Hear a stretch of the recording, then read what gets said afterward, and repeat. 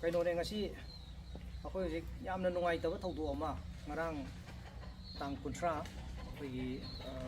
March 2024 ꯉꯔꯥꯡꯒꯤ ꯅꯨꯃꯤꯠꯁꯤꯗ ꯌꯥꯝ ꯅꯨꯡꯉꯥꯏꯇꯕ ꯊꯧꯗꯣꯛ ꯑꯃ ꯊꯣꯛꯑꯦ ꯍꯧꯖꯤꯛꯁꯤ ꯂꯥꯟꯒꯤ ꯅꯃꯥꯁꯤꯗꯀꯣ ꯂꯥꯟꯒꯤ ꯅꯃꯥꯁꯤꯗ ꯌꯥꯝꯅ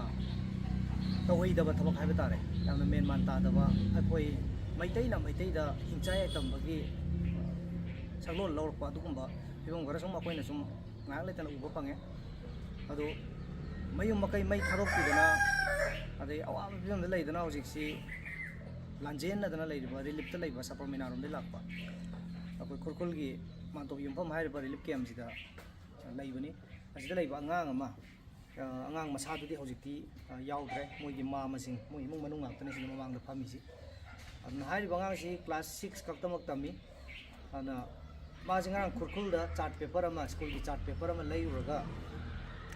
हलकपदा साइकिल कैप्टन साइकिल अमदा माजी थौरुरगा हलकपदा ngarang नोंजु चुबा अदो हाइरिबा रिलीफ कैम्प जी यौरमदाइदा अखोइगी कनो अमा लैये खोनांग पानबी याम चावबा खोनांग पानबी अम लैये अदो हाइरिबा खोनांग पानबीदा माजी मपान थोकनिंगेना नंबर 1 तौनिंगेना माजी नंबर 1 तौरिगानजिदा खंगहौदना माजी जोकिंग अमा लिटले हाये अदुगा मकोकसु खुम्मे हाये अगांगजी नोंजु चुबसिदा माना मपान थोइंगै गानसिदा खंगहौदना कदोमदैनो मी खरा लागांदा मासी लुमानदा क्लोरोफॉर्म हापचलगा मासी वांदाले पंगधालगांदा मांगोंदा मसादा यानबा सना सन यानबबुदि नते अदुबु होजिकी फिल्मसिदि यामना यामी हाबा तारे बेलु याम लैरि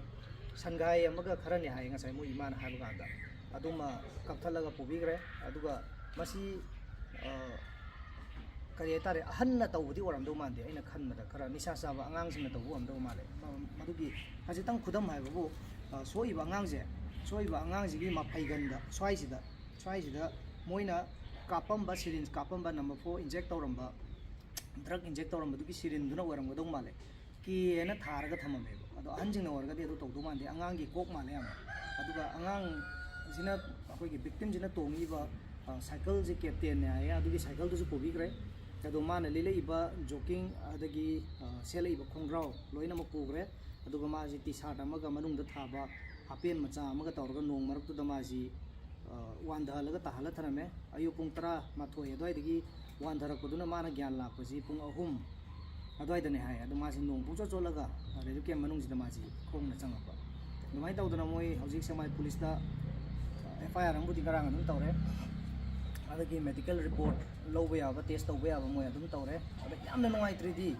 हाइरिबा ड्रग चाबा ने चिंगनरिबा मियोय सिंगदुना मागी कनोदा मफैदा केना अमा थारमिबा मदु ई थोएबा अदो एचआईवी पक्पा सिरिंज ओरम तारगदी अंगांग दु क्लास 6 तमिबा अंगांगी पुंसी दु कैसु लैतबा सना मचा दुमा साइकिल मचा दुमना अंगांग दु पुंसी जुपा मिमाना दबाइदु ओरे लैदोइने लैना पक्पा हाइदो एचआईवी एस पेशेंट ओरे लैदोइने अदुना मसी यामना तौहैदबा यामना करि हाइतारे अदुना हौजिक लानगी नमादा खुलाई पाइरगा मैतै ओटपा मैतैगी मथक्ता यामना ताथि तावैना तौबा अदुगुंबा ngah laitana thengnajai aduna masi police naga ko state police naga akhoi handaka phagalaiba khogalai taurisingje si akhoi na su adum appreciate tausi khara appreciate tausi yaroiba maramdi hojiki lan jiga mari lainana nongmai paiba khaptangki pha pun tawe habadudi maram chade aduga Meitei दा demand तौसनबा लुपा lakh 5 पीदे यारोय 10 पीदे यारोय अदु तौदर फार पुरजकीबी than oil pump दगी थाव हालगा पैसा पीदना चकीबी अदु तौबी एता तौबी सिगुंबा लान गी नमादा तसेना लान यावरिब्रा हाइजु मेनमान तादबा अदुना सिगुंबा सिगे दुम आइदि फाजा जनोन लै अदुना प्रजानासु इमाइ बेनजिंगनासु मसी लांगुमसी कयंता लांगबिरोइजि अदुना मोय खरा सेमदोकपा मदका ओय अदुना ngarang gi thawdok si nongai mandadana aijing asi chirang da meeting ama chacharubane meeting do halakpaga anda I relief camp da changjarure akogi unit 30 gi team si adumai tawraga moi allama loi unore ngang masadu unare yamna pibum chadana lehawe yengbada ado hojikti moi thawai mi kauba khotpagi chanabi gi matungina muk tawe en tawe do mana mangriba cycle do aduju mane mandom jasing amana pirakpani hai angang si mamana hairokni mapana sapamina deni अदो नुंगाइ मंददना अखोय unit 30 unit जो यामना लाइररी को पैसा अमता थोकते unit से member खुदिंगी था अमदा लुपा चाम चाम अखोय जी खाइजनरगा हिंगनी हौजी याम वाना अदुना पैसा अरैबा खसितंग दगी तौरगांदा कैप्टन जी lupa lising taruk piye hairiba captain cycle ji angang aina khudol tawrage na tawrganda akoi 80 unit 30 dagi khudol tawrage ngasi magi mama ji da hojik sinajagrage adu ina motaina lawbula o na kawbuni aduna sigumba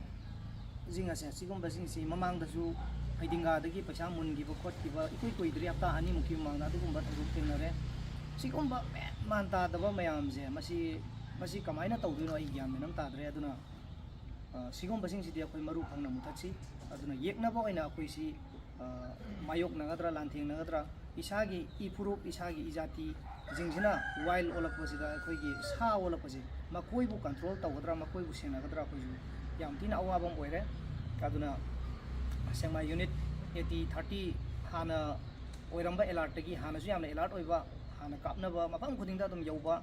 hana dagi thabak yam fajana tawriba unit amani handakna hena akoi round chatkani handakna hena akoi thabak yengselagani aduna police ki karagi pangba ya mateng khoi chapchana pangani adumai tawraga sigumba